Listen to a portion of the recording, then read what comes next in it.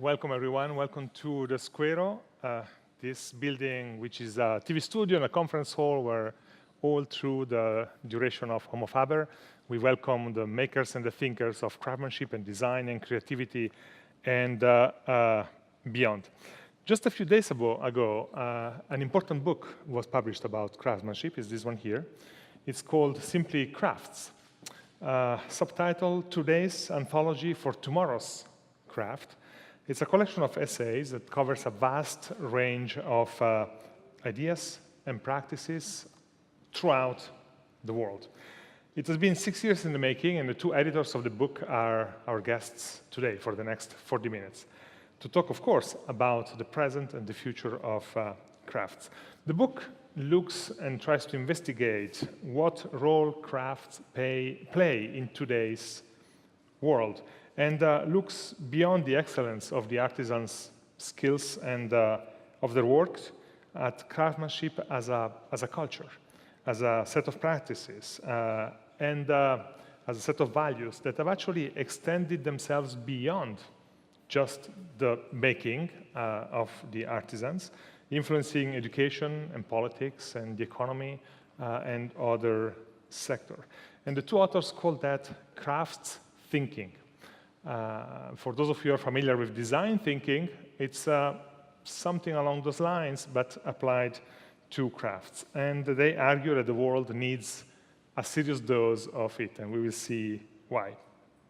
So the book is edited by Chloé Braunstein-Kriegel, who's a writer and curator on design, architecture, and crafts, and lives between France and Asia, and by Fabien Petiot, who's a designer and an art historian and has plenty of other roles surrounding creativity and crafts.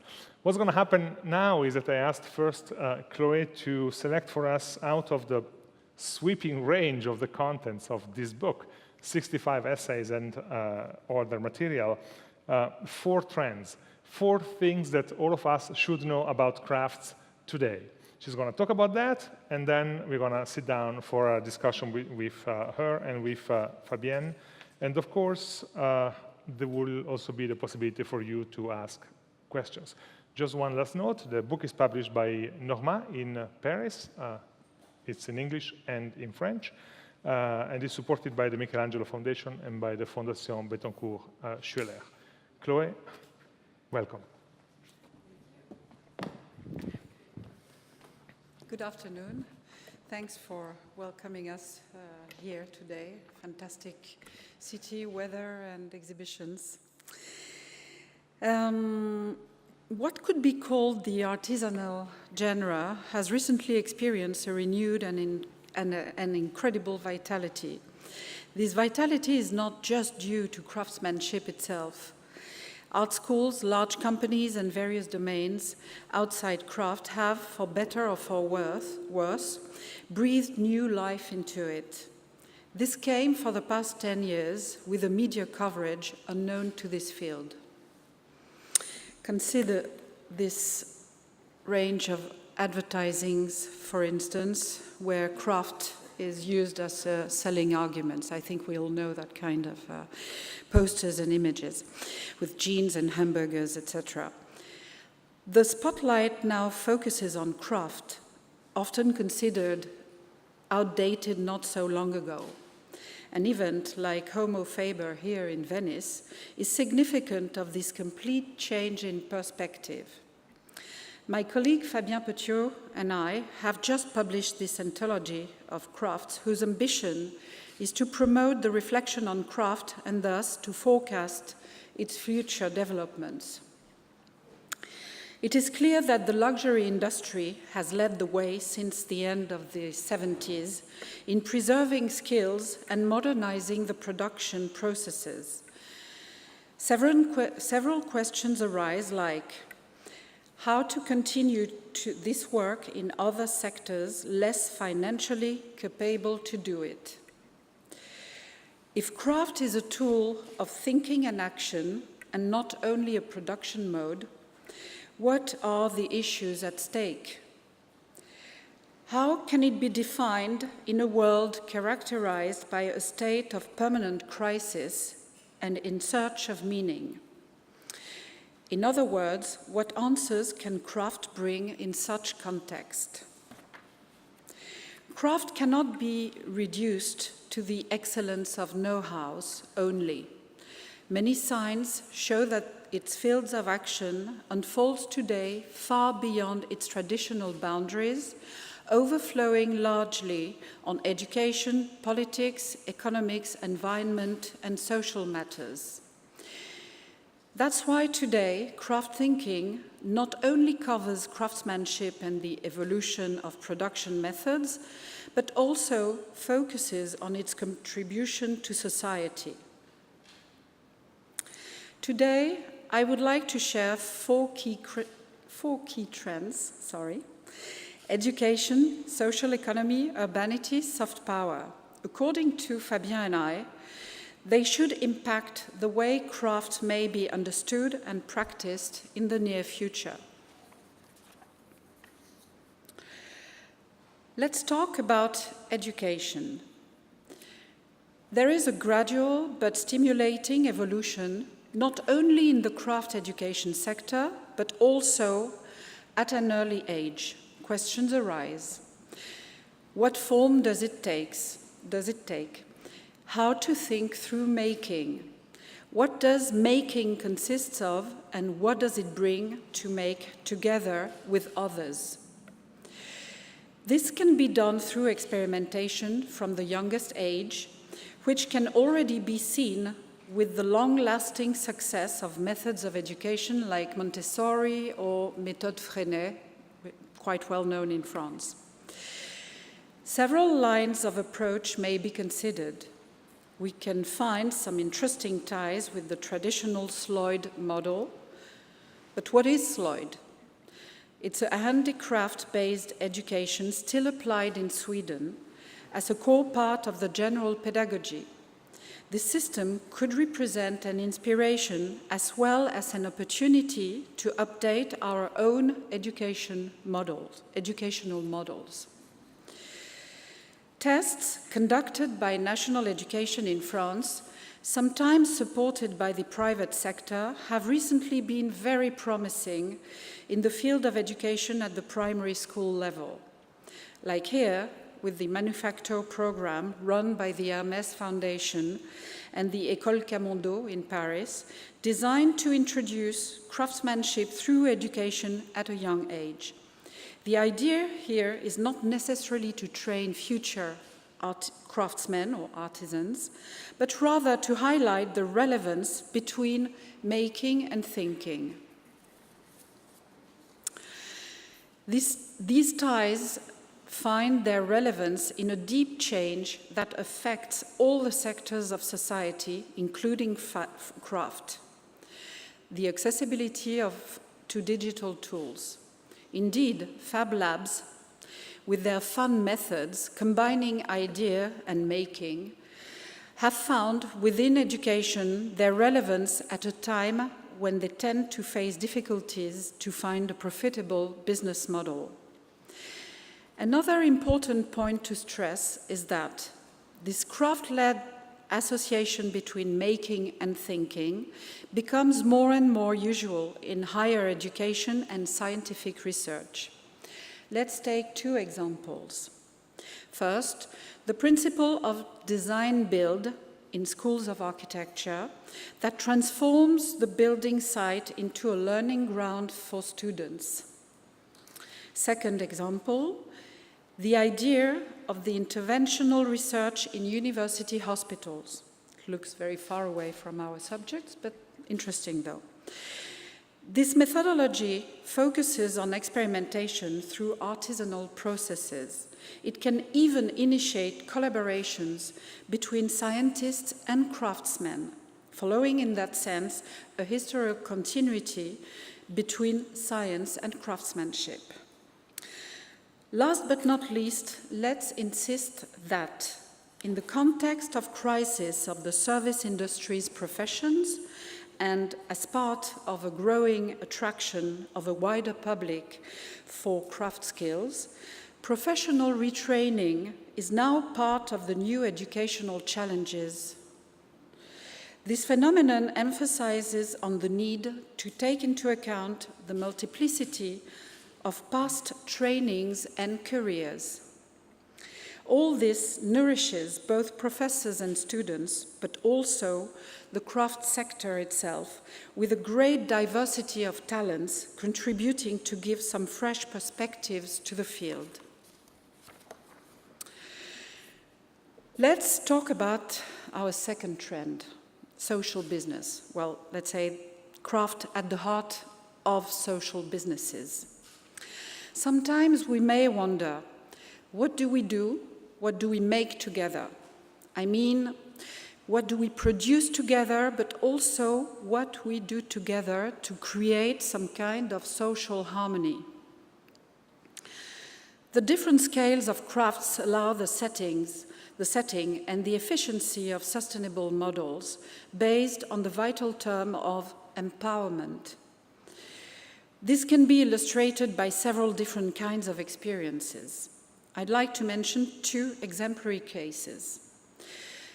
The first one focuses on migrant crisis and integration projects through skills.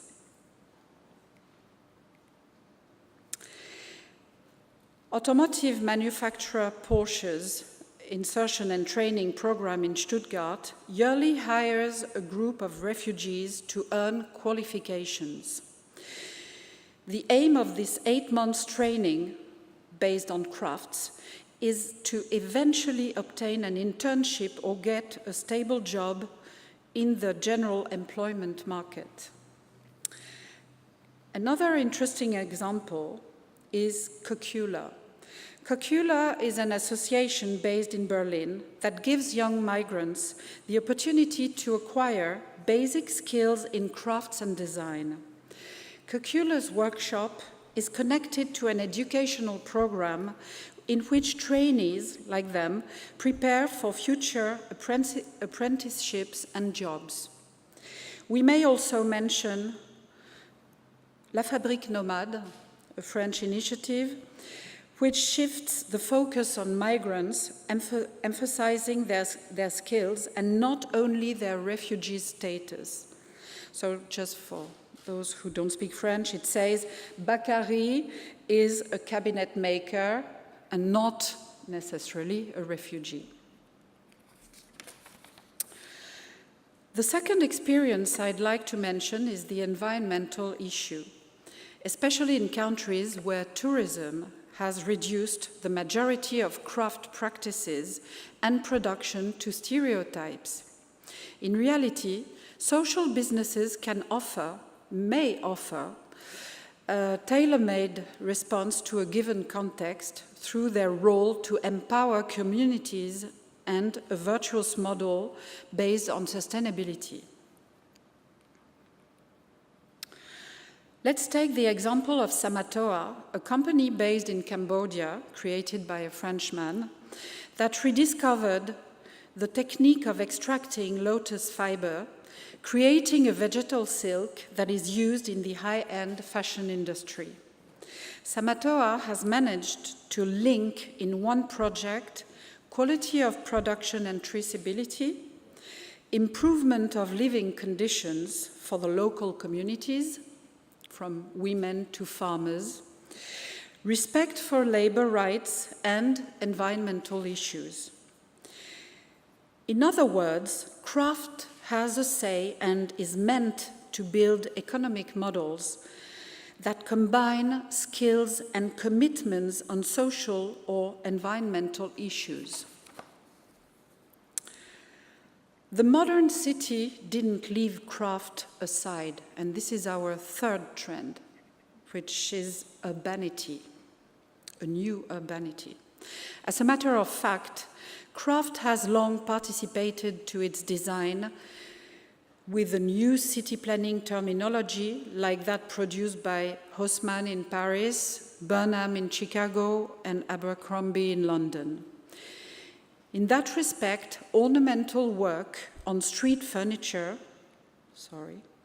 let's have a blank slide for this one, In that respect, ornamental work on street furniture or stone cutting shows the role of crafts in the development of the cities. Crafts still contribute to the renewal of the contemporary architectural and urban shaping. We may, for example, look at the work of the French architectural glassmaker, Emmanuel Barrois, who, working on the production of buildings' facades, plays a significant role in the urban promenade. We may also mention urban furniture combining industrial design and craft skills, like you can find in Paris, for instance, Place de la République. After a long absence, artisanal clusters are back in cities. There, they regenerate suburban areas as a lively alternative to the dormitory suburban ones. This phenomenon also reflects a new way of looking at production, a less centralized urban fabric revitalized by combining work and services. In other words, local clusters in global value chains, borrowed from the title of a recent book. A workshop such like Unto This Last, located in East London, is a good illustration of this. We may see friendliness, proximity, and interactivity between producers and consumers. We also see new ways of approaching the supply of raw materials, thanks to suppliers specialized in reusing and upcycling. We call them ressourceries in French, meaning resources suppliers. Lastly, manufacturing locally with digital equipment targets the reduction and even the elimination of transport costs and a reduction of the pollution induced. Craft also contribute and has a key role to play in what's called today smart cities. Indeed, this phenomenon is the result of high-level strategies. We may find the right mix of modernity, technology, and economic performance coexisting with the urban fabric made up of micro-artisanal companies like one can observe in Amsterdam. In other words, craft is back in the city, bringing a kind of new urbanity. Our last trend is the reinvention of soft power. Soft power operates at the scale of entire nations and offers crafts a showcase and a means of promotion that can have a positive effect on a country's economy, since the very first Universal Exhibition in 1851 at Crystal Palace. An exhibition like this one by Louis Vuitton is in line with this idea. Promotion, know-how, and exhibition, voler, voguer, voyager. It was in 2016. But the reverse side of this coin is that it contributes to reduce craft and its practitioners to the role of guardian of a form of national tradition. The acknowledgement and preservation of skills through the nomination of craft masters or national treasures in Japan may contribute to ossify them and ends up in a sort of mystification with the following results. Excellence and uniqueness can keep professionals away from the real economy or restrict them to the sole luxury market. At the other end of the spectrum, this confinement in traditions can water down the level of skills with cheap materials serving the mass tourism industry, and very little in between. Let's have a look at some global cultural promotion initiatives that could be inspiring for the sector. Cool Britannia in the late 90s, after the Labour Party came to power in Britain. Sorry, blank slide. Or the Dutch wave, inaugurated by governmental action and the Fonds BKVB in 1988, which led to the emergence of drug design and the Design Academy in Eindhoven.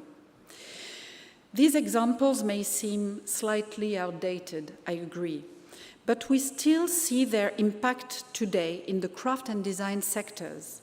It also proves that a good policy needs time to mature. Thank you. Thus, more recently, Korean soft power has been in the limelight in Western countries as well as in Asia in general. Sorry.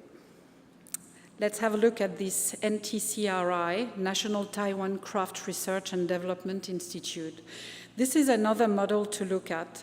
It's a government organization that works to reconnect artisans, designers, and end consumers with local traditions.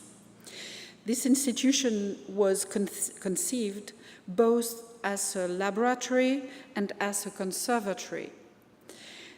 The embodiment of new cultural promotion by the Seoul Craft Masters organization may find its limits. An alternative to the classic model that traditionally relies on the craft masters one still has to be found.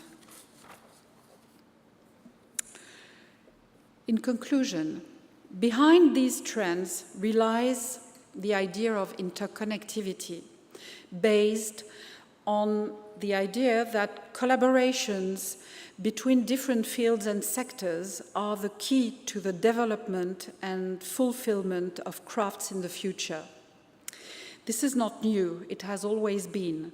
The only difference now is that the fields of application differ because knowledge, modes of production, education, apprenticeship, and professional profiles are in mutation. In this perspective, it is essential to leave aside the image of the solitary craftsperson. It has, in a way, never been. Any object, any product, is the sum of various contributions that make it anchored in the real economy. The map and the diversity of talents is shaping the future of work based on the benefits of makers' networking.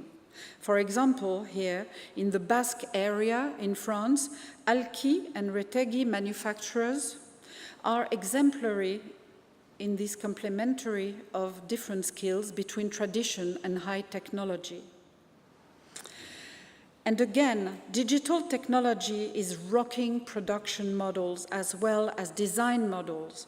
New ways of making with the help of technology create opportunities to rethink one's profession or create new ones. It contributes to reconsider materials from a virtuous perspective and from an environmental and social point of view, such as the Denim City in Amsterdam. Or the Re-Rag Rug case in Sweden. Both cases show a creative alternative to industrial mass production and try to find environmental friendly solutions. All these issues discussed today can be considered through a discipline that has a name, as Bruno was saying at the very beginning of this lecture. Craft thinking, which acts both as a tool of thinking and action. Indeed, this paradigm shift we tried to describe here fully justify the role of craft thinking today, as over the past 20 years, creative fields like art, design, and architecture have engaged with academic research. In this context, creative practices are employed as vehicles of theoretical inquiry and subjects for academic research.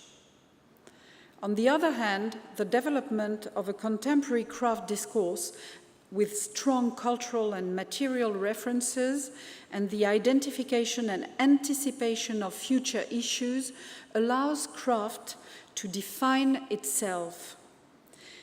Finally, craft thinking is an opportunity for craft to fully interact with other fields and relate to them, confident in what it can bring to the economy, to the education, to culture, and in general to society.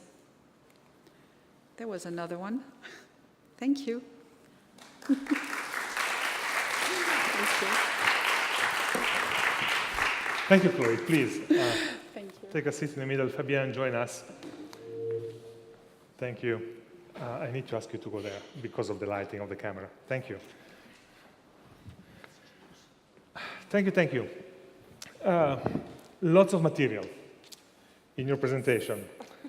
Let's pick up immediately from your last point about craft thinking and interconnection and collaboration, and this notion of crafts not only as a production mode, but as you said, a tool of thinking and action. What you're suggesting basically is that there is a specific set of cultures and values and practices in crafts that over the last several years, little by little, have extended into other fields. The way of thinking of the craftsman starts influencing politics and the economy and other sectors, and of course, education. That's the point you're trying to make, correct? More talk about inspiring than influencing. Inspiring as a model. Explain the difference.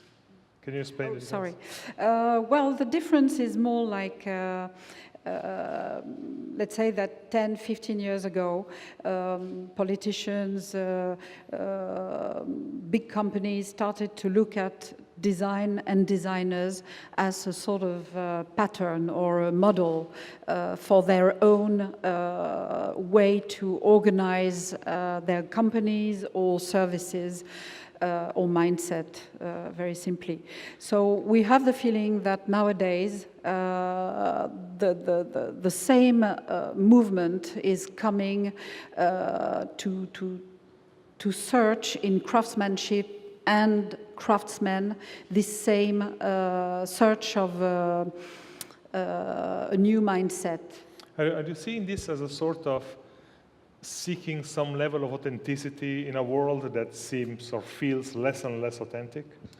As you said, there's a link between design thinking and craft thinking, Yeah. of course. Design thinking doesn't aim to, we don't want everyone become a designer. It's not about the definition of it. A way of thinking more than... Yes. It's a methodology. Yeah. And craft is more than a skill. It's more than know-how. It's a state of mind. It's a way to work together to consider quality, to give some mean in a world where we can have some question in direction of mass production, mass industry. Yeah, there are actually big words in this book like the search for meaning, which is a very vast and complex question. But I don't want to make an opposition between craft and industry. It was not what I meant. Because we're not come back to because this point. There's a natural link. Yeah, but Fabien, you are not only an historian and a writer because you co-wrote this book, but also a designer yourself. So you collaborate with artisans in your practice. Of course. We do ceramics and lights and other things. How has the collaboration between creatives and artisans and craftsmen developed over the last 10 years? So in this period that Chloé described as the period where craft thinking became a thing. I think it's mostly a question of respect, of friendship sometimes, and also of trust. There's, I think, and for me, in my own methodology, but I think it's not only mine, there's no one who decide and a guy who is just making. It's a relationship, and sometimes for a long time. So I think we need a mutual respect, but also a complementarity. And for me, it's not just to make a nice picture for my website. It's more a question of long-term collaboration. I mean that there's also an economy, and not just a nice object or a nice picture at the end. It's more than that. My recent work with stone caster, so yes, it was not only to make a bench, it was to think with digital tools, which are almost unknown in this kind of skills in France. And it was a way to think of the price, of the cost of this product, the part of the hand making, and the part of the digital tool making. That's kind of question. And not only, sorry to repeat myself, but not only a beautiful picture. Yeah. I wanna hear you in a moment about this relationship between crafts and technology. But Chloé, I mentioned at the beginning you live part of the time in Asia. And in the book, you pay a lot of attention to crafts in Asia. Here at HomoFaber, we are at an exhibition of craftsmanship in Europe, at least for this edition. In 2 years, we're going to redo the exhibition. It's going to extend to the whole world. But just as a preview of that, I want to take this opportunity to talk briefly about Asia, because I'm wondering, how different is the definition of the craftsman or the artisan in Asia? Well, Asia is a big territory, as everyone knows, so with very different ways to practice craft, very different materials if you're in Indonesia or in Thailand or in Japan, with very different traditions and with very different political and historical context, of course. So it's difficult, of course, as you can easily imagine, to compare, for instance, the Japanese experience with the Thai or the Cambodian experience. But one thing is for sure, it's that the attachment to values, to quality, to the relationship to time, and to certain materials that they share is very present. And I would say that on the mindset, the values, it's very similar as it is in Europe. Even if, even in Europe, craftsmanship is not the same everywhere. Absolutely. And the context in UK, for instance, is very different towards craftsmanship as it is in France or Italy. We don't have the same history. And we observed in East Asia also a new generation of young designers which have been trained in Western countries sometimes, but also in new very schools, new school in their own countries. So they want to make sort of coherence between their own heritage, their own identity, sorry for this word, which is so difficult to pronounce. And the more global vocabulary. Yes. Yeah, so they really bridge between traditional materials, vision, and skills with more global and understandable visual aesthetic vocabulary. And we pronounce the word global. It's precisely the scale we wanted to embrace for this book. Absolutely. So what about China? It has now a pretty sizable affluent class which can afford the products of high-level craftsmanship. What's the appreciation of crafts in China? Well, China offers a very specific context with an almost systematic disappearing of craftsmanship and skills during the 70 years of communism. Now, for let's say 20 years, let's say since the beginning of the 90s or so, there has been a whole movement, even a governmental movement, so it's really about soft power, to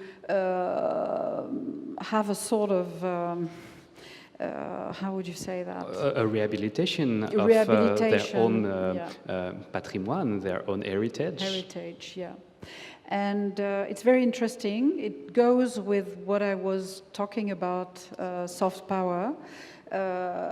But it's also, there is the other side of the coin, which is that the government may also manipulate and send messages and use some values carried by craftsmanship to serve an ideology. So it's always the problem with the... But we can't also quote a brand like Shangxia, which is this... it's a brand belonging to Hermes. To Hermes, which is a way to make a link between the Chinese heritage and the modernity. Mm-hmm. And you have a new generation of consumer, of young consumer, and even some male consumer, which are very... It's always interesting to make a sort of sociology of the consumer, because you can observe precisely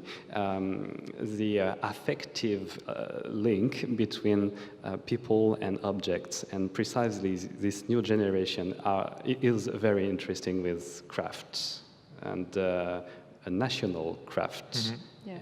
What is precisely what China wants to create a Chinese luxury, obviously. And not only to buy some Western brands.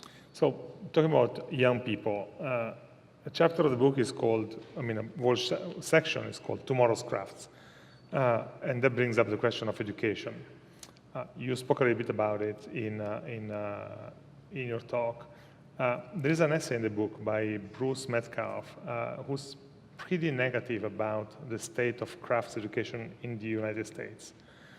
In the last couple of weeks here, we have had several speakers who were pretty negative about the state of crafts education in Italy. One even called for the creation of a National Academy of Crafts here in Venice in order to rescue some of the specific skills that are being lost. How should craft be taught today? Based on research you've made for the book. No, I think that's to begin to answer. What Metcalf wanted to say is that the obsession, especially in USA, to put craft into the art world, art scene, is precisely what it dissolved craft, and which is not anymore craft, but a kind of art. So when we have to think about craft education, what is craft identity? What is craft own heritage? And it's precisely in this sphere that we observe, that we need a craft thinking. We need some text to think, not only some skills, some know-hows. Mm-hmm. It's our proud. We are proud in France. We are proud in Italy of our own skills. But we also need to think on a long-term strategy. Yeah. And education takes part of it. So what we have to do, I think we have to open the disciplines. We are on an era of post-disciplinarity. We are in an era where young designers and even old designers, were designers, architects, urban planners, crafts. Everyone has to work together. It's, I think, one of the best education. The other element about tomorrow's crafts is about innovation. And there is this tension between preserving tradition that sometimes verges a bit on folklore or so, and then innovation as the continuous adaptation of one's crafts to its time, and maybe even trying to be a bit ahead of its time. Is innovation in crafts something that can be taught in schools, that one should just dare trying because that's the way they do things? What's the role of innovation in crafts today? Craft has always been a kind of laboratory for design, for science, as you said, in the history, and it's not from today. It began a long time ago, even in the Middle Age. So I think there's this kind of souplesse, this kind of flexibility, intelligence of craft because of its human scale, which allows to test, which allows to make something on a little scale, but it feeds innovation. And sorry, but I continue on my way on your precedent question, but it's the same issue. The obsession in some schools to say to people, to students, you have to be an artist, you have to be a creator with your skills, with your craft skill, is not the only way to express. Mm-hmm. Another way to express is also to work with a different kind of skills, and innovation will be the end of this kind of experience, I think. Yeah, and I mean, innovation is not something you just fall on it while you're making. Well, why not? But it's also a strategy, and I think that schools, design schools, but also craft schools, should show the path and some methodology to reach this research and development, innovative attitude within crafts, I think. You mentioned technology and machines, and of course, there is a big question now that doesn't touch only crafts, touches the whole of the economy and society about the role of machines today and in the future, complementarity or competition, all these things. And we start seeing manual skills being lost to machines, including very high manual skills. There are some artisans that are the last ones, doing what they do, and the next one is going to be a robot, essentially. And at the same time, though, there are machines that are extending the possibilities of crafts. I used this example a couple of times last week of this artisan in Carrara working with marble, and he can now create big, very thin lamps made of marble because the robot just goes and shaves off 1 micron at a time and doesn't incur the risk of breaking the piece of marble with a wrongly put hammer. So technology becomes an additional tool in the tool set of the artisan. At the same time, it's a potential competition for many artisans. But you know that robots which carve, which sculpt the rocks, just can make 60% of the work, not everything. So we always need a craftsman to finish it.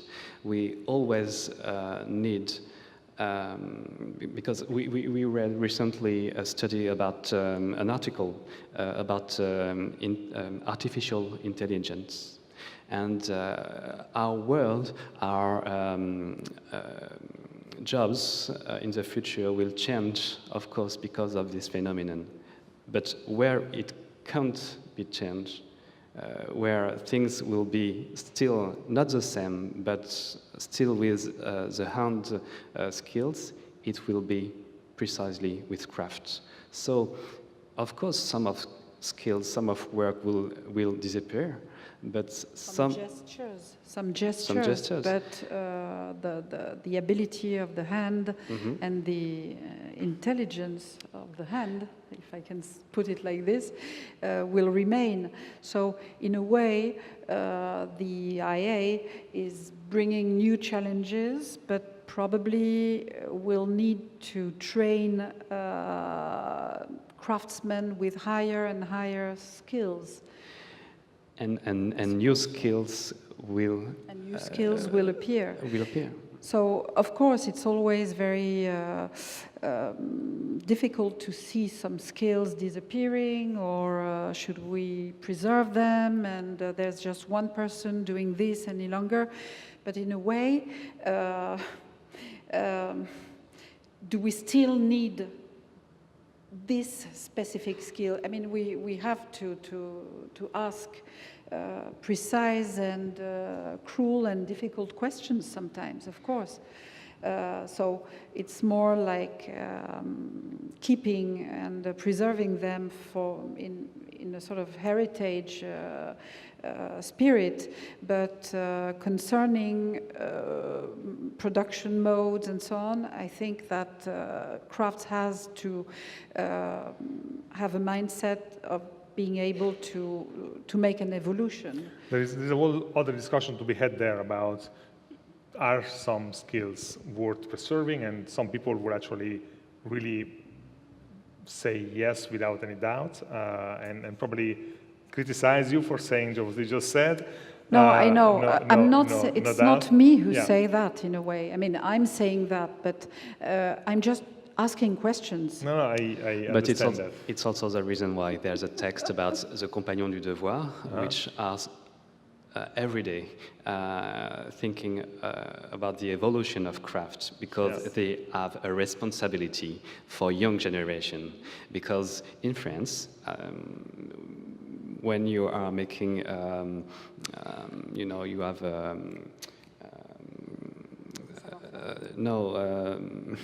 when you work with your hands, it's not always very positive.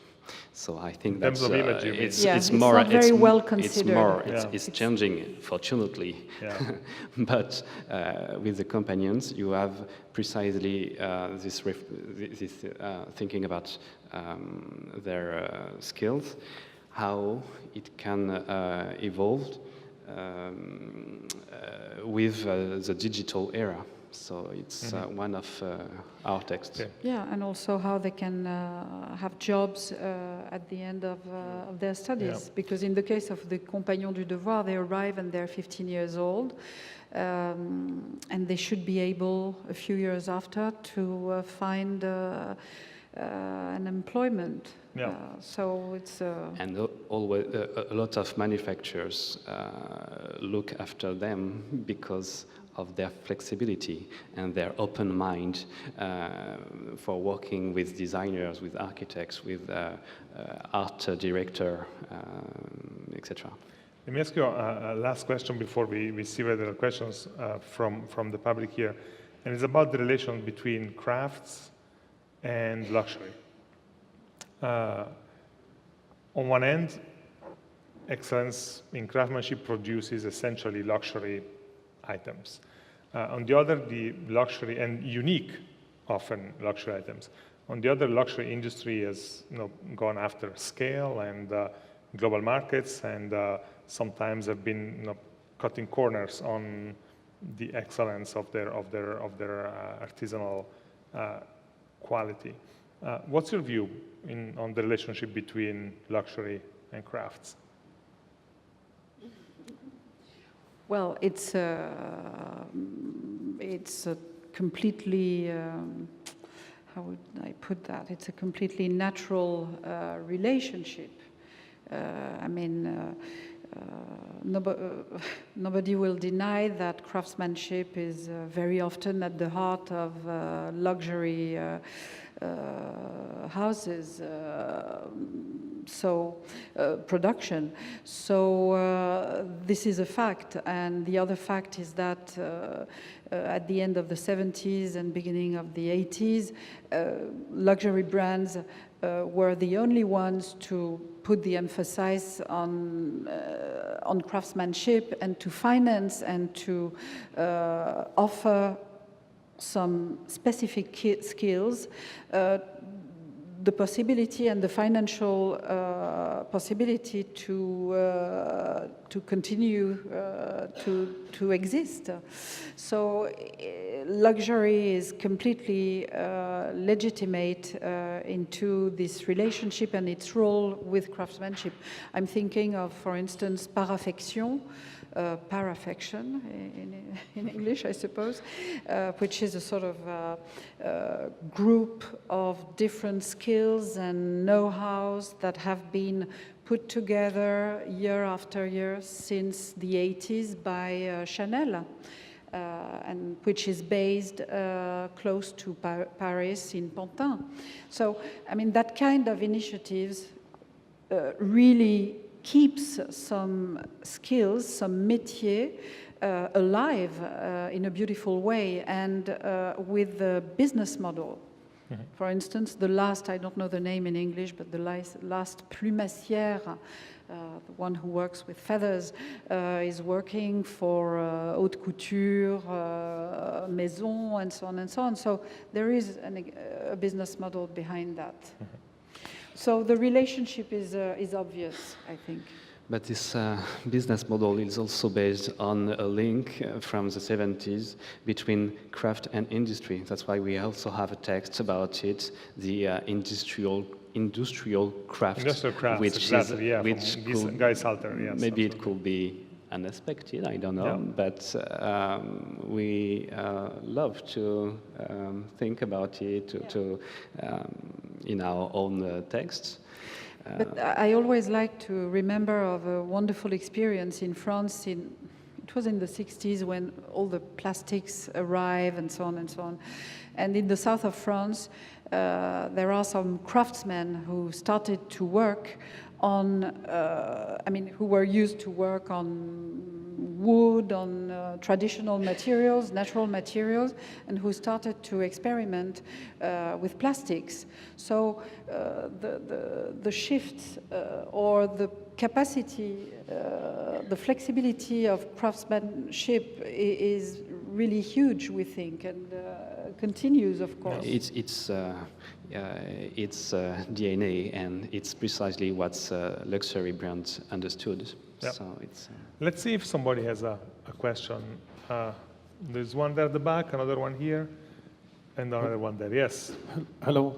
Thank you for the presentation. I have a question concerning the digital craftsmanship. Maybe to you, Mr. Petiot.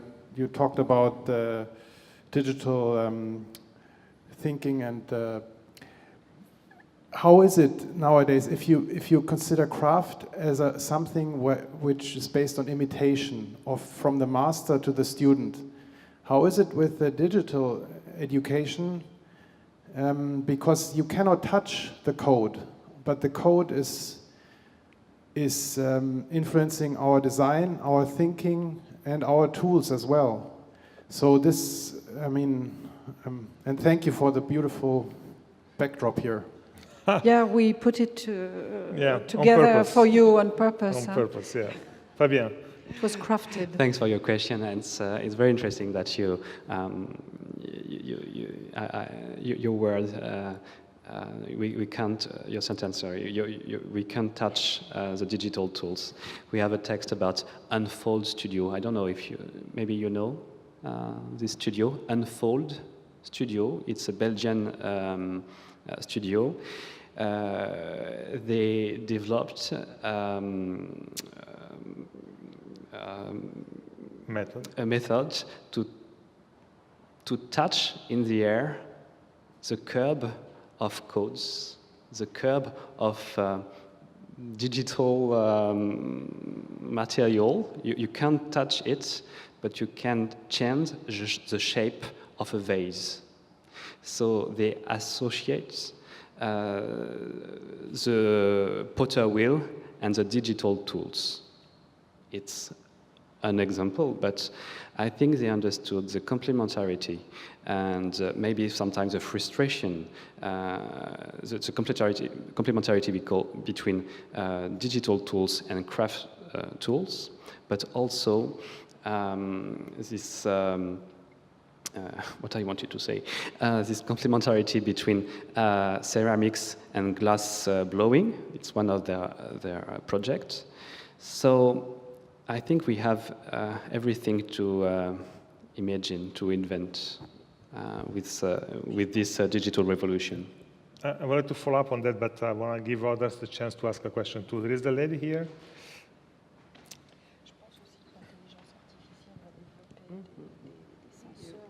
Yeah, it works, don't worry. Thank you. Wonderful presentation and a very, very important topic. A question, have you applied or do you see an application of crafts thinking to the fields of food and wine production?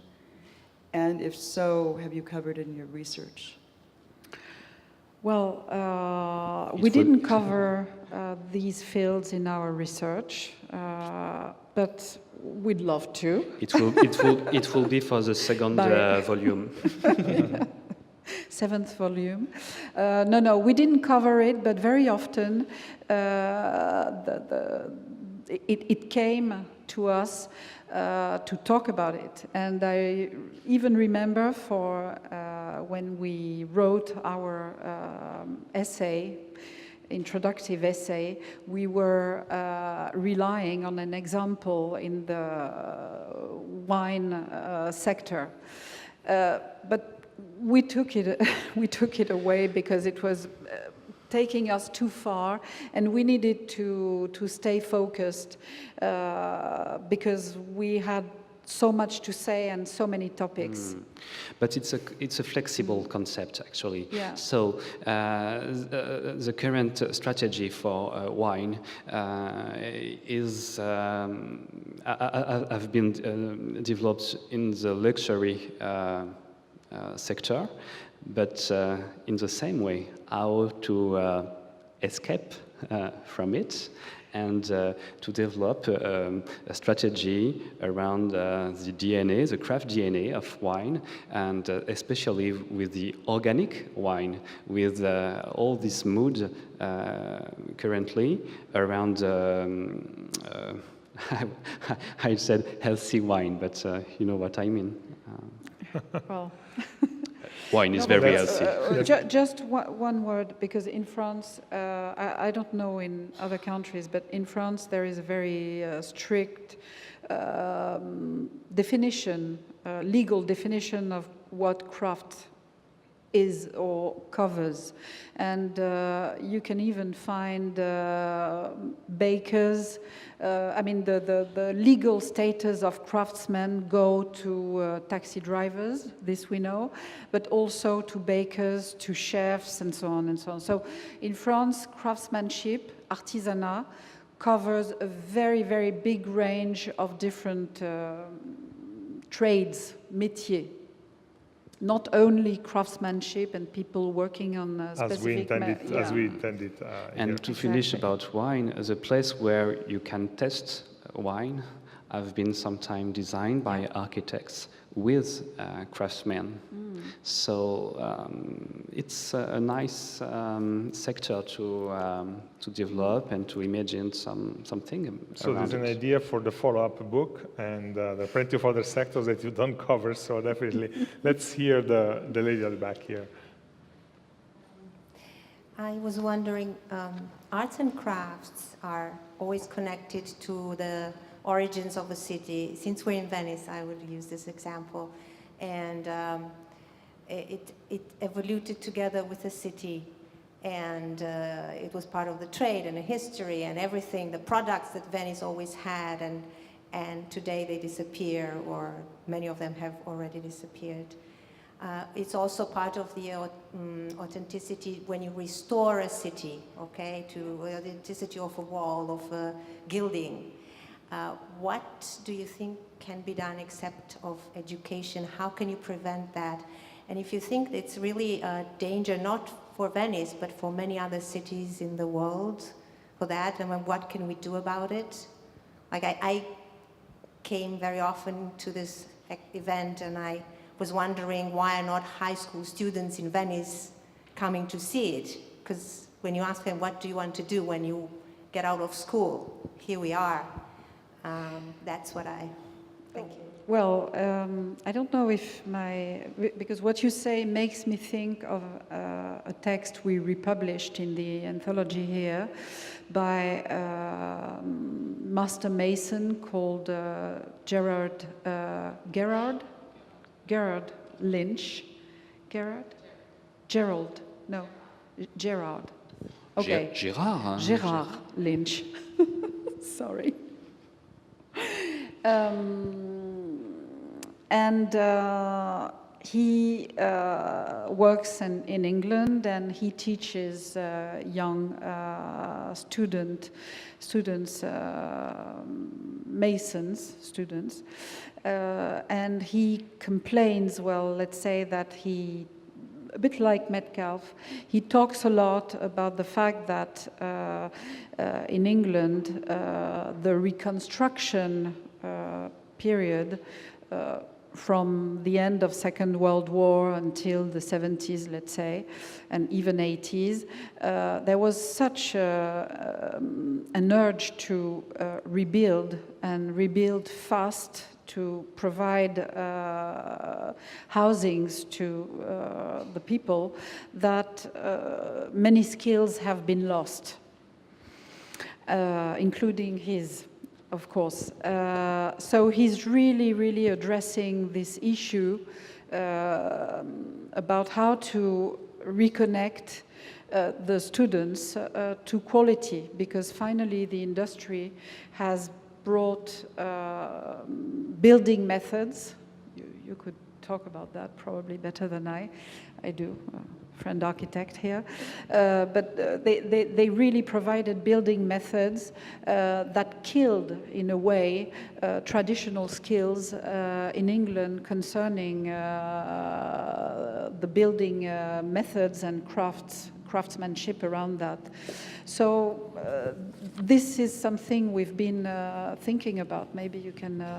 It's fun because I had, when I was a student, a roommate who was training in this school in Venice to restore architecture. So it's a nice souvenir. I think that there's a mutual acknowledgement between craft and architecture school, because there's, and we have a text about it, some architecture on paper, not in the making of architecture. So it's nice to see a methodology like design build, which puts the students in architecture school in the field. They build by themselves some architecture, some temporary architecture. There's also the role of digital tools, especially with bricks, how to make a new bricks, because a new little element like that can be developed to a new vocabulary in architecture. So there's a lot of things to do. But the first things is to create how to say that, une émulation, and the way of inspiring people. Between skills, as we said, between architecture and craft. And And the last thing, sorry, I wanted to say, because we didn't talk a lot about environmental issues in Belgium. I think that it's 60% of the brick houses. The bricks come from upcycling. It means that there's a network in Belgium, and it's for them it's completely obvious to use some upcycled bricks. So environmental issues, networking, collaboration between architects, masons, craftspeople, and sometimes some designers, architects. It makes something new, it makes something virtuous.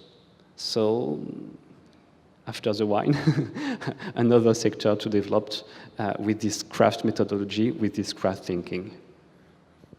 I want to end on Ikea. Because on page 380 something of the book, there is an essay about Ikea. And as I read it, I was wondering, okay, I know you kind of put it in at the very last moment in the book, but tell us, what is the relation between Ikea and craftsmanship? It's certainly not about me taking a box of plywood and building a Billy bookshelf. You're certainly using that essay for something else. So what's the relationship between fine craftsmanship and Ikea? Well, first of all, it's true that it's the last text that we really, I mean, our publisher is here, and we really made space in the book for this work. Actually, it's the work of a student, a Dutch student. So it shows also that we republished texts not only written by people coming from universities, academics, and so on, but also text by students or practitioners, etc. So this text was really important to us because it was talking about the way marketing uses or relies on craftsmanship. It can be quite natural that Ikea relates to craftsmanship. After all, they are producing objects, products, furniture, and very often furniture, products, etc. Are made in a sort of crafts way of producing things, which is not the case of Ikea, but well. So they've always been looking for craftsmanship and trying to relate to craftsmanship. I remember the PS collection with Hela Jongerius, who worked on ceramics, and each ceramic sold at Ikea, which are collectors now, were unique. So this was something that was really interesting for us. And one day we really found this text and we thought, oh wow, it's very relevant because it's a real case study. And it's a case study of a collection that is completely presented as an artisanal collection.